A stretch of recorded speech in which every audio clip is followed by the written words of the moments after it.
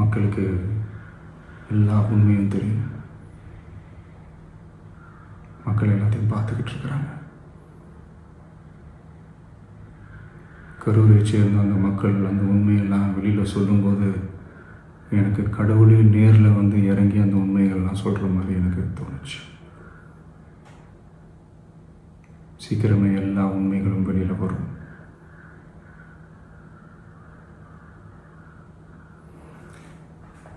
எங்களுக்கு தரப்பட்ட இடத்துல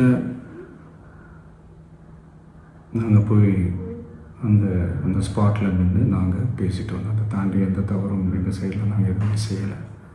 பட் இருந்தாலும் எங்கள் கட்சியை சேர்ந்த நிர்வாகிகள் தோழர்கள் மேலே எஃப்ஐஆர், அது மட்டும் இல்லை சோஷியல் மீடியாவை சேர்ந்த நண்பர்கள் தோழர்கள் அவங்க மேலே எஃப்ஐஆர்லாம் போட்டு இப்போ பிடிச்சிக்கிட்டு இருக்கிறாங்க.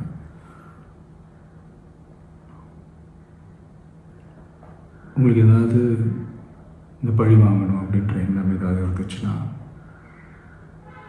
என்ன வேணாலும் பண்ணுங்க. அவங்க மேலே கை வைக்காதீங்க.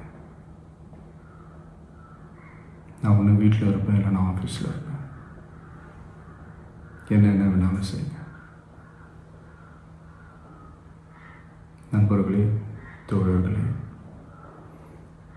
நம்மளுடைய அரசியல் பயணம் இன்னும் ஸ்ட்ராங்காக, இன்னும் தைரியத்தோட கண்டினியூ ஆகும்.